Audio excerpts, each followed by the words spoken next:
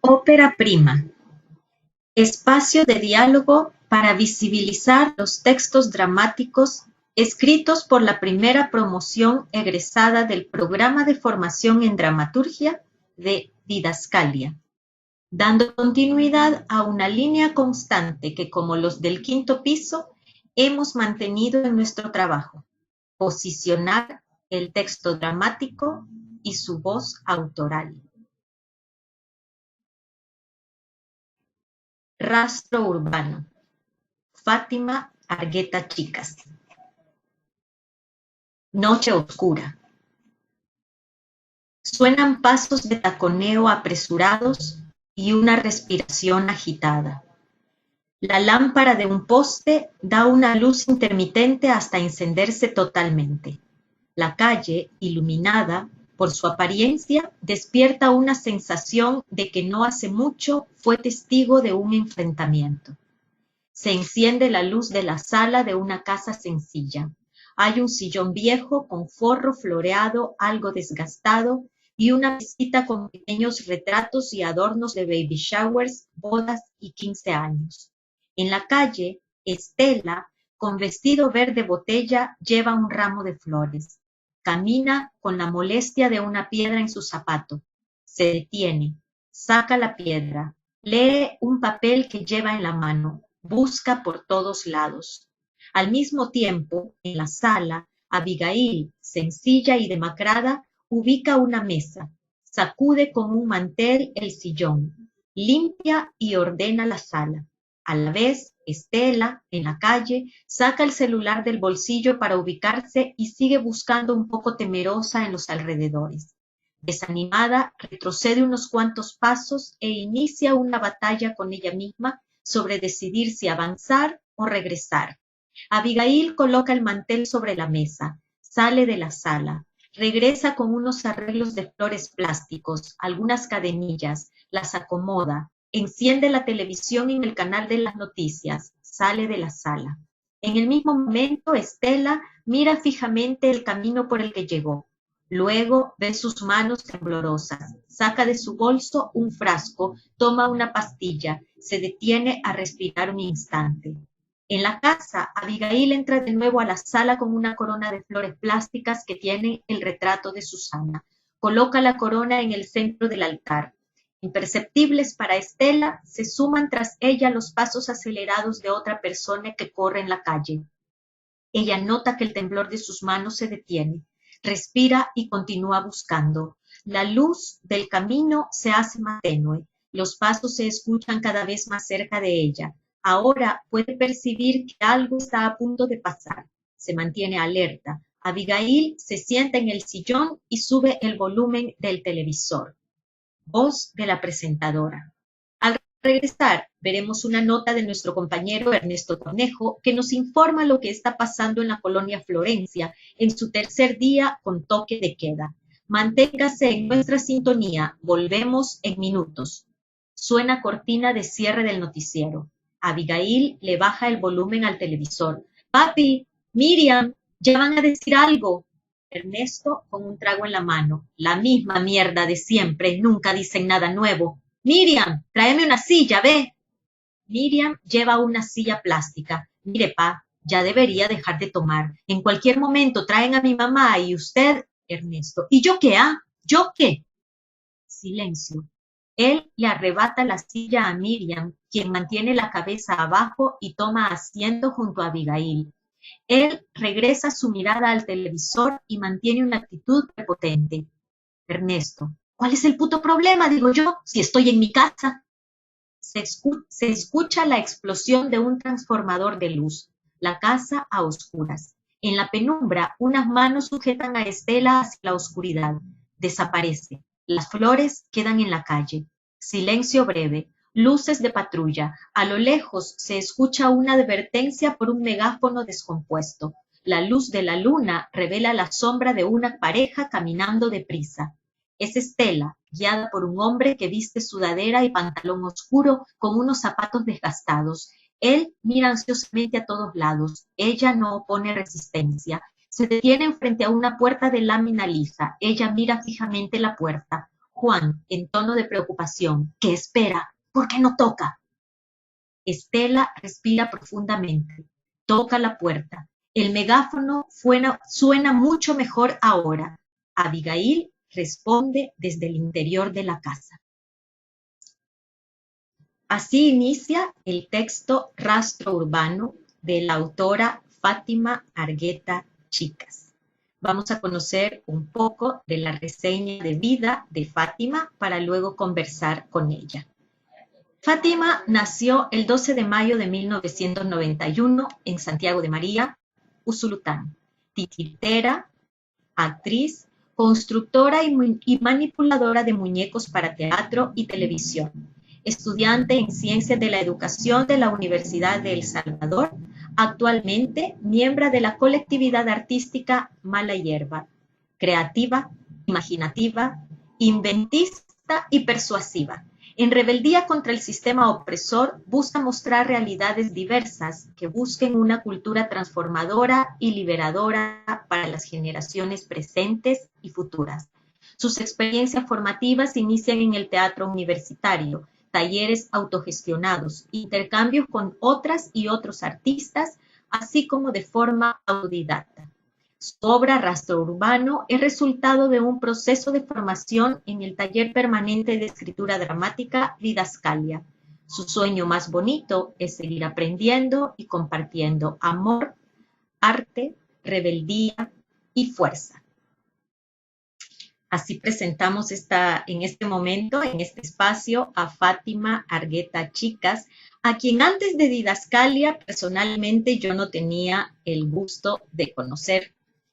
No podría dejar de mencionar que Fátima es justamente esta mujer que nos dice en su reseña, muy apasionada de lo que hace, optimista, siempre risueña, una persona que en el proceso que sostuvimos en Didascalia a lo largo de estos 2 años, pues ella siempre era una nota de optimismo, una sonrisa, una broma, algo muy a tono, además de lo que estábamos haciendo y de lo que estábamos reflexionando dentro de cada una de las clases en las que fuimos construyendo este texto al lado de los otros 7 textos que se construyeron en el proceso. Fátima, como ya nos decía también en su reseña, es una titiritera y una mujer muy entregada a lo que hace, con un discurso muy potente hacia el tema femenino, hacia el tema de las mujeres, como ustedes podrán darse cuenta ahora que vamos a conversar con Fátima en torno a su texto Rastro Urbano. Fátima, gracias por estar con nosotros y bienvenida a este espacio que es suyo. Hola, buenas a todas, a todos. Pues yo estoy muy feliz de este espacio y de que se nos permita poder compartir, más que todo, las cosas que nos apasionan, ¿verdad? Eso. ¿Y cómo está usted? Pues aquí estamos contentas también, contentas realmente como parte de Didascalia y como los del quinto piso, justamente alegres de compartir eso, como usted muy bien dice, las cosas que nos apasionan, los temas que nos aquejan y de los cuales tenemos cosas que queremos decir. Justamente eso me parece que es Rastro Urbano. Yo tengo bien presente los días que estuvimos preguntándonos de qué queremos hablar y tengo bien claro que usted desde el principio de su proceso, cuando empezamos en la planeación del texto, tenía como ese norte, ¿no? Como decimos, esa mirada puesta en el tema femenino. Y como nos dice Susana, uno de los personajes de la obra, y por ahí es donde quiero empezar este diálogo, Susana nos regala estas palabras. Dice que el pasado no sana si aún duele en el presente. Sana si estamos dispuestas a cambiarlo. Entonces, justamente de eso es de lo que yo quiero iniciar conversando. ¿Por qué hablar del pasado? ¿Qué pasado es el que tiene que sanar? ¿Cuál es esa invitación de la que Fátima nos quiere hablar a través de su texto Rastro Urbano, como empezar un poco por ahí para tomar esa primera dirección en el texto. Ya vamos a contar un poquito a detalle de qué va el texto, pero quiero empezar abriendo con la palabra de Susana como personaje de la obra. Bueno, sí, en realidad cuando comenzaba el proceso, había muchas cosas que me pasaban por el cuerpo y yo decía, bueno, ¿qué es lo que...? Porque había una premisa y era qué es lo que nos duele o qué es lo que queremos decir, ¿verdad? Entonces, a partir de ahí yo me empecé a preguntar un montón de cosas y incluso hice una secuencia de muchas palabras, de cosas que yo quería tocar. Una de ellas era el tema de lo femenino y el de la infancia. Entonces, prácticamente el texto es sí en lo femenino, pero algo que de lo que venimos padeciendo desde nuestra niñez, las mujeres.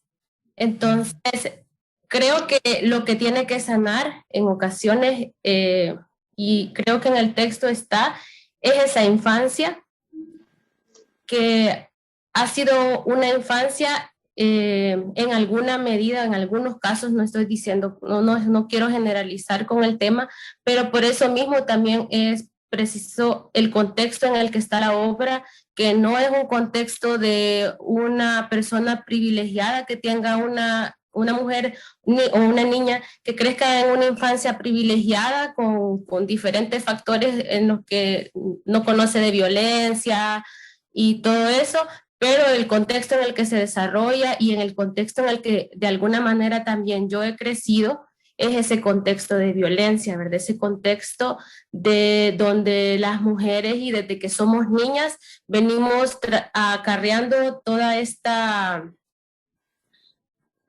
cargas, estas miradas, esta violencia heredada, ¿verdad? Por una cultura machista y patriarcal, que creo que cuando yo estaba niña no me enteraba de todo eso, solo me incomodaba mucho y creo que desde esa incomodidad que yo he reflexionado de mi niñez y de mi adolescencia, es que desde ahí estoy hablando.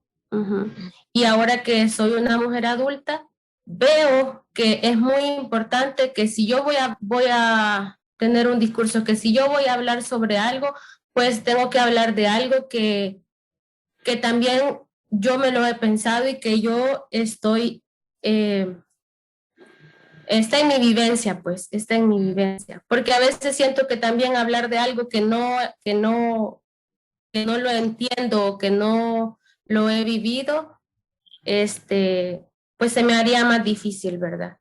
Y también porque creo que el teatro también necesita hablar de nuestros contextos como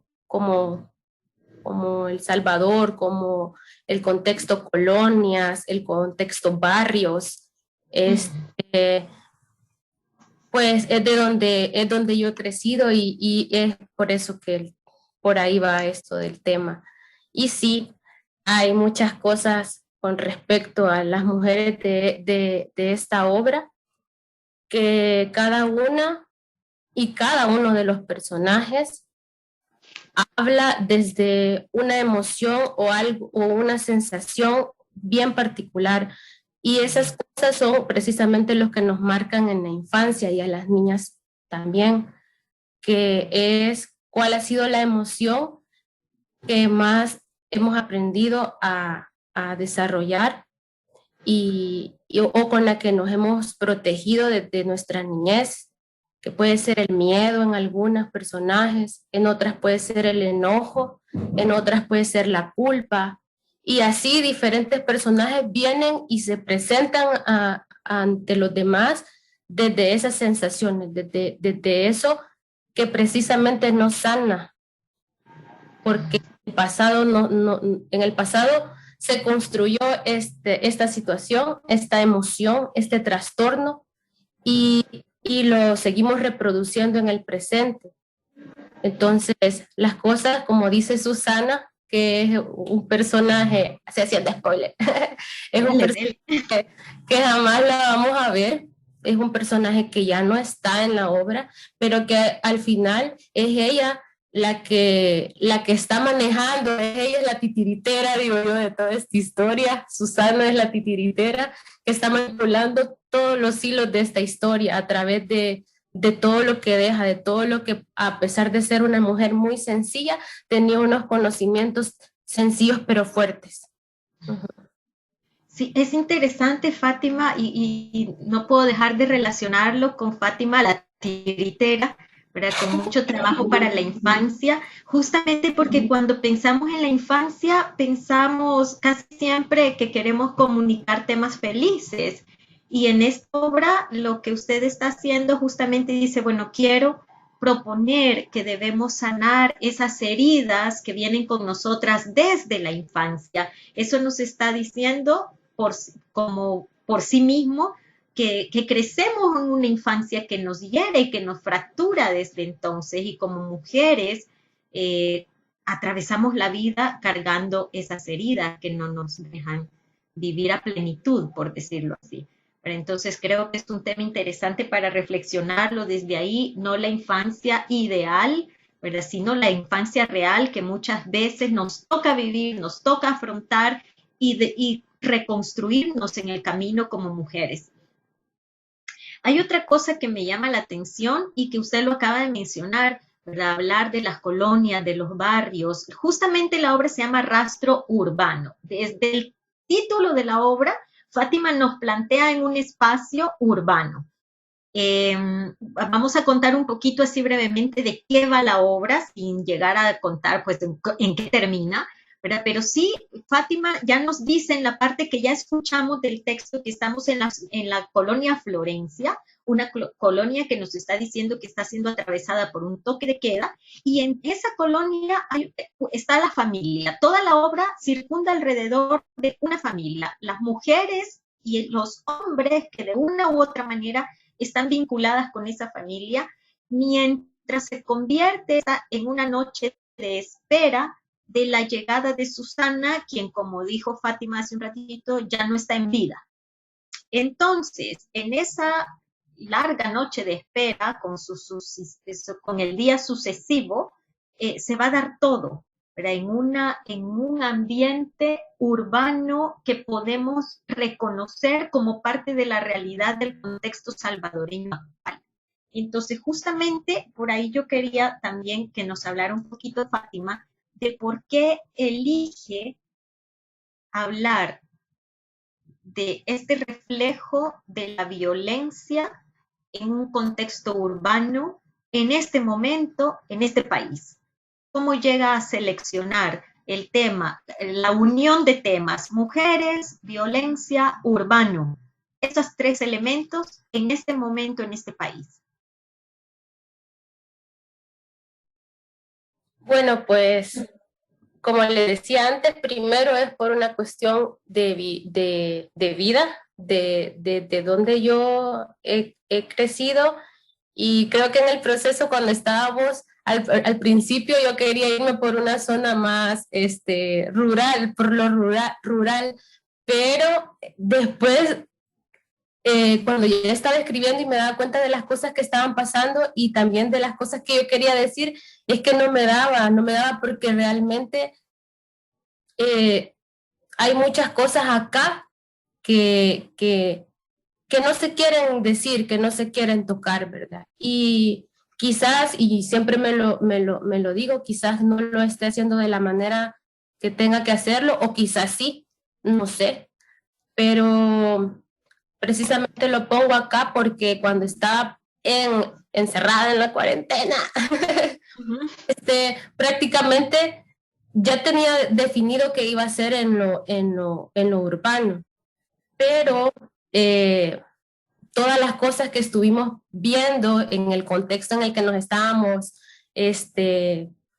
no sé, que estábamos padeciendo, más parecía que estábamos como cayendo en una enfermedad a través no solo de esta cuestión de pandemia, sino que también a través de cómo nos estábamos enfermando emocionalmente, ¿verdad? las cosas que nos estaban compartiendo, porque la violencia al final quizás no era física, pero sí era psicológica y estaban transgrediendo a cada una de las personas, a cada una de las mujeres y sí también estuvieron pasando cosas cuando estábamos en ese espacio encerradas. Entonces, este espacio urbano en la obra es un lugar en el que no pueden salir y entonces al estar ahí que no pueden salir por un contexto de violencia afuera, genera que en un contexto interno, que es una casa cualquiera, en un barrio, Florencia, que puede ser cualquier Florencia, eh, no estoy determinando un espacio específico o un departamento. Puede llamarse de cualquier forma. Podría llamarse de cualquier forma, pero es eso, cómo esas cosas se van conectando y que una cosa nos lleva a la otra. El hecho de que nos encierren, el hecho de que estemos encerradas con las personas que también nos están agrediendo, no necesariamente con una violencia física, pero sí con una violencia emocional. Claro, en esta obra vamos a ver diferentes tipos de violencia, ¿verdad? Porque quizás no los vamos a ver directamente, pero están ahí desde el cómo me cuentan la historia de Susana, por ejemplo, o cómo me cuentan la historia de estas dos hermanas que han crecido en ese entorno, y cómo una mujer que creció en otro entorno, pero que posiblemente tampoco es que sea lo único que creció en otra colonia, pero al final no es que tampoco tenga muchos privilegios. Entonces, cómo el vivir dentro de lo urbano también nos vuelve sensibles y también de esa sensibilidad creo que también surge una fuerza, porque nos obligan a mantenernos no sé cómo la palabra no la encuentro ahorita, es como estar alerta todo el tiempo. Y es tan incómodo estar alerta todo el tiempo y no poder tener un momento de tranquilidad en esto llamado urbano, ¿verdad? Vamos en las calles y no podemos estar tranquilas. Es de noche y estamos al triple de alerta. Que si cerramos la puerta con llave, que si cerramos bien la ventana, qué fue ese sonido, que la niña está afuera jugando. Yo me acuerdo que cuando estaba pequeña podíamos salir a jugar a la calle, en el pasaje. Claro, habían momentos que también eran muy violentos, pero en este entorno en el que estamos ahorita y cuando estuvimos en la cuarentena y todo esto, las niñas más que todo han estado padeciendo muchas cosas, muchas violencias. Y creo que la forma en cómo también en lo urbano hemos aprendido a crecer o nos han hecho crecer a la fuerza, es eso, es tener a primera mano, uno, el miedo, y acá es la violencia. ¿Cómo vamos a defender? ¿Cómo defendernos? Claro. Sí, y cuando usted decía, buscaba la palabra, ¿verdad? Esta cosa, esta alerta, a mí la imagen que se me venía, somos mujeres siempre en la cuerda floja. Y justamente así veo estos personajes, estas mujeres, que ahí entramos al tema justo de la obra, una pregunta bien en torno al universo creado en la obra. En la obra vamos a encontrar alrededor de 6 mujeres que circundan en esta casa, en esta noche de la que ya hablábamos, en un ambiente de todo tipo de violencia. Pero estas mujeres están además encerradas o acorraladas, mejor dicho, están como acorraladas en un sistema de violencia externo a ellas, en donde hay hombres. Hay hombres violentos dentro de la casa que viven ahí. Hay hombres violentos que se han metido esta noche a esta casa y hay hombres con también signos de violencia fuera de la casa. Entonces, hay conjuntos que conviviendo, cohabitando mismo espacio, dos mundos, uno de mujeres encerrado, acorralado por un círculo violento de hombres. Que al final, en todo caso, lo voy a relacionar también, que al final vamos a ver mujeres que logran salir de este círculo de violencia y mujeres que se quedan atrapadas en este círculo de violencia. Entonces, en ese sentido, por ahí va que me gustaría escuchar un poco sobre eso, ¿no? ¿Por qué Fátima decide encerrar a 6, 7 mujeres en un ambiente violento, dominado por hombres? Esa es una pregunta. Y la otra, ¿por qué Fátima logra liberar a algunas, pero no a todas? Sino que unas se quedan y otras logran salir de ahí. ¿Qué nos cuenta de esos elementos, Fátima? Sí, por ejemplo, las mujeres que están encerradas desde un inicio son las hermanas. Antes con ellas, Susana, su mamá, pero al faltar ella, prácticamente se quedan solo estas dos hermanas con su papá neto, ¿verdad? Y ellas ya estaban ahí, o sea, ellas ya estaban ahí sin darse cuenta, pues porque ahí crecieron y es esta onda de aquí crecí, aquí me quedo, porque no todas las mujeres logramos encontrar un camino o trazar un camino. Yo conozco mujeres en lo urbano, en las colonias, que ahí crecieron y ahí van a envejecer. Ahí tienen sus hijas, sus hijos, y ahí crecen sus hijas y sus hijos, y seguimos viendo, y ahí en la misma casa, y ahí queda. Entonces, es como algo cotidiano, pero hay otras mujeres que no. Por ejemplo, en el caso de Estela, ella forzadamente salió de ese contexto, de esa casa.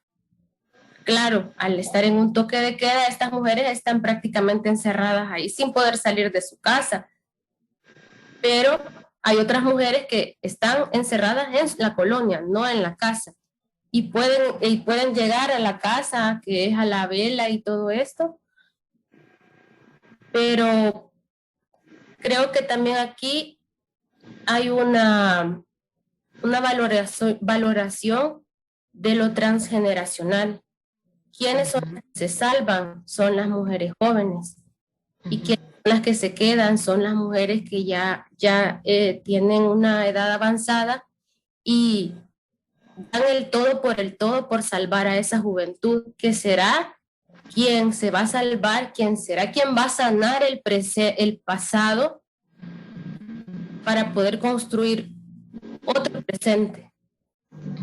Que ellas puedan construir otro presente fuera de ese lugar en el que fueron encerradas, ya fuera por la violencia, ya fuera por una cuestión de costumbre, que también es violenta porque nos obligan a quedarnos ahí por las hijas, por los hijos, por el tema de ser una buena madre, una buena esposa. Entonces al final son un montón de patrones que nos mantienen reprimidas o nos mantienen oprimidas en ese espacio. Y no es fácil salir, o sea, no todas las mujeres tenemos la posibilidad de tener a otra mujer o a otra persona que nos oriente a salir de ahí. Con esto yo no estoy tratando de decir que todo lo que pasa en lo urbano no sirve, que no sé qué, no, porque también hay comunidad en lo urbano.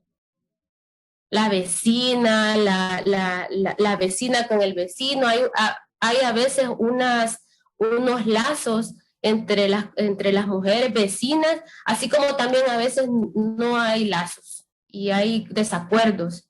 Y de los desacuerdos se dan situaciones, se dan conflictos y al final esas cosas se tienen que resolver o simple y sencillamente nos dejamos de hablar.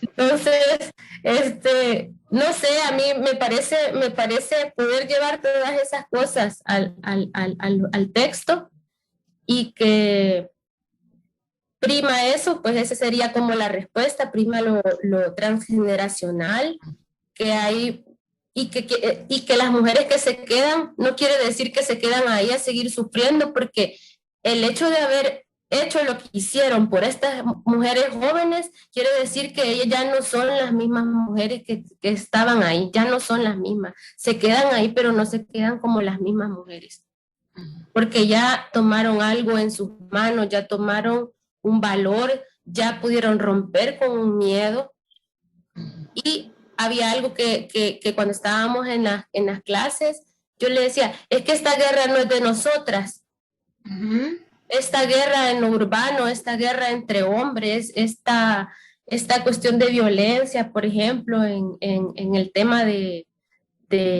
crimen organizado, ¿verdad? No es nuestra guerra. Y es cierto que hay muchas mujeres partícipes de eso, pero en esta historia, estas mujeres partícipes también abren los ojos.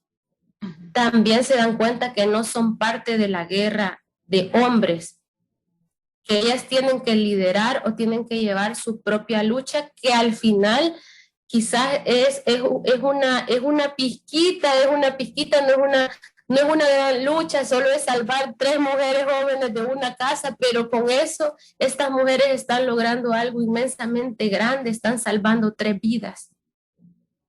Y también han salvado las de ellas, para poder quedarse en su colonia, en su barrio, de una forma que posiblemente, como le decía yo, esto al final no es que con lo que ellas hagan se resuelve el conflicto externo que hay ahí, ¿verdad? Esa guerra externa no se resuelve, pero sí cambia el hecho de que ellas ya no son las mismas mujeres que quedan ahí y que posiblemente, así como pudieron ayudar a estas otras mujeres, puedan ayudar a otras más a través de la palabra, de un consejo. Yo les decía a unas amigas, es que, por ejemplo, hay muchas mujeres en las colonias que, que quizás no se definen como feministas o no tienen discursos así, pero en la práctica son mujeres que siempre están ayudando, apoyando a otras mujeres desde lo que les nace ser, porque ya son así, porque hay empatías. Así como también pueden haber otras que no tengan esas empatías, pero en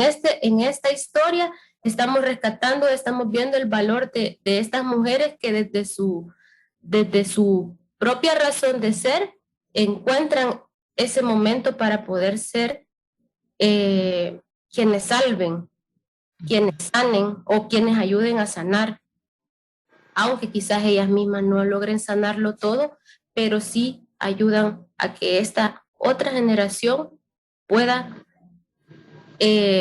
salir, sanar y liberarse. Sí, es interesante porque pienso en una de las imágenes que aparecen dentro del texto en algún momento, ¿verdad? Que es ese camino hacia el sol, ¿verdad? Mientras, que es lo paradójico, ¿no? Mientras otras se quedan en la sombra. Entonces, digo, ¿no? La reflexión, si bien es cierto, también las mujeres que se mantienen en la sombra ayudan, aportan, se tienen que empoderar para que otras puedan caminar hacia el sol. Eso por una parte es bello, pero por otra parte es duro, porque digo, ¿por qué tenemos que sacrificarnos unas por otras? Cuando tendría en realidad, ¿verdad? Que hacia allá apunta el texto, ¿no? Tendríamos que ser todas, o sea, ¿por qué no todas simplemente podemos caminar, salvarnos hacia el sol? Sino que tienen que haber esos sacrificios humanos de decir, bueno, doy mi vida para que otra se salve. Entonces, eso creo que es un punto de mucha reflexión que hay que tomar, ¿no? Ese elemento. Para terminar, Fátima, ¿qué pasa con Fátima? Fátima dice en su reseña, bueno, actriz, titiritera, mujer luchadora. Ahora Fátima tendrá que decir, bueno, dramaturga emergente, estoy saliendo con mi primer texto de teatro. ¿Qué espera Fátima ahora? Ella, después de haber escrito un primer texto teatral cómo lo procesa para usted misma, qué planes hay, qué preguntas surgen, qué deseos o sueños habrían al respecto. Um, vamos a, ¿Qué vamos a seguir haciendo? ¿Qué va a pasar ahora con Fátima en este paso, ¿no? Que es, bueno, antes estaba llevando un proceso de formación, hoy lo culmino con un texto. La gran pregunta es, ¿y ahora qué hay para Fátima en su imaginario ahora? Pues primero una cosa con respecto a lo que decía al final usted. ¿Sí? Y será quizás que, ¿por qué eso de que unas se quedan van hacia la luz y otras y se quedan en las sombras? Y yo lo veo más como una cuestión dialéctica de que no puede haber luz sin oscuridad. O sea, si no hay algo que iluminar, esa luz no existe o no tiene sentido. Entonces, al final es precisamente eso, ¿verdad? Es precisamente que hay un equilibrio. Y no es una cuestión de sacrificio, sino que es una cuestión de equilibrio. Yo lo veo así, ¿verdad? Así, no es una cuestión de sacrificar a nadie, sino que es una cuestión de que, así como en la oscuridad también se necesita luz, también a veces en la luz se necesita un poco de oscuridad, porque no todo puede ser ni muy... no sé, es como cuando no todo el tiempo podemos ser felices, porque también no valoramos la felicidad si no hemos aprendido a vivir la tristeza, y sí, como todas las cosas. Entonces, lo veía más como así. Y con respecto a lo otro, yo lo que sí me he planteado es poder seguir escribiendo. Creo que desde que empezamos el proceso, para mí fue una cuestión muy nueva. Yo le comentaba antes de empezar el curso que yo ya había escrito algunas cosas de forma bien experimental, y para mí fue chivo como de repente una se va como quebrando la cabeza para poder ordenar las ideas, porque realmente al final una encuentra ese camino, y es chivo también que nazca desde la colectividad, ¿verdad? En este caso, que es el grupo 1 de Didascal, a todos y a todas, porque al final creo que ha sido súper chivo y que creo que nos vamos a seguir acompañando, porque este proceso, el hecho de que nos preguntemos entre nosotras y nosotros muchas cosas, a mí me ha enseñado a cuestionarme incluso las cosas que me estoy imaginando, que me estoy planteando, cuando a veces se me ha hecho muy difícil, y creo que hay la apertura, la libertad de poder hacerlo, que creo que de esa libertad voy a seguir escribiendo, que ya tengo 3 cosas que quiero escribir, pero al final creo que voy a empezar con una, porque soy algo lenta, la verdad es que soy algo lenta para escribir. Hay que tomarnos los tiempos, sin prisa.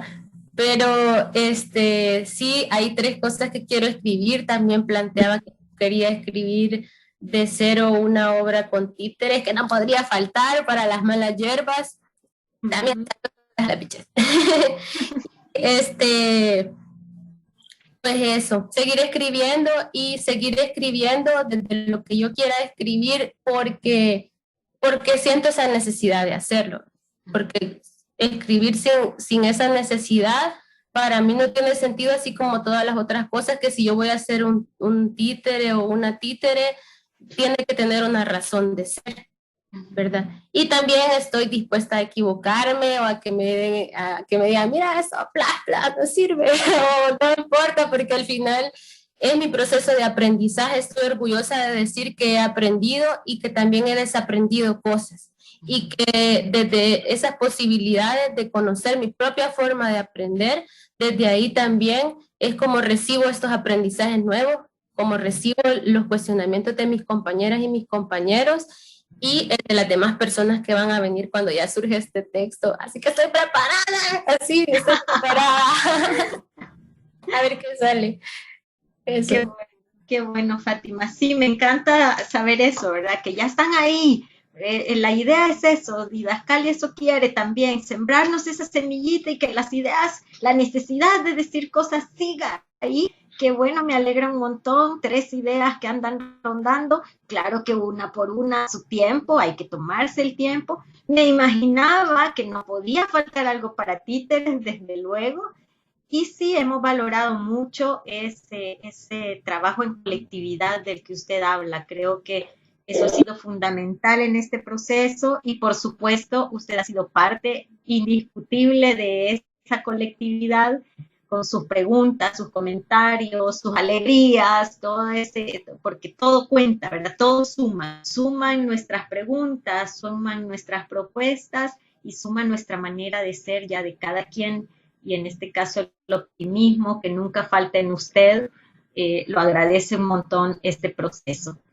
Así que bueno, Fátima, por ahora muchas gracias. Espero que este espacio haya sido de su agrado, que las cosas que hemos conversado también nos sigan haciendo más y más preguntas en lo que vamos a seguir haciendo y conversando en el futuro. Así que pues nada, no nos queda más que agradecer y desearnos lo mejor en este proceso que apenas empieza. Gracias, Angelina. Gracias a todas y a todos. Gracias a mis compañeros y compañeras de Didascalia. Gracias a las malas hierbas que también cuando estuve ahí escribiendo también fueron un apoyo porque de repente una cae en situaciones que no podemos sobrellevar sola, ¿verdad? Y así como muchas amigas y amigos. Y creo que también voy a seguir escribiendo precisamente para poder darle valor a esa fuerza que se me entrega de otras personas y que también surge de mí misma. Y de usted también. Muchas gracias, Fátima. Gracias por acompañarnos. Gracias.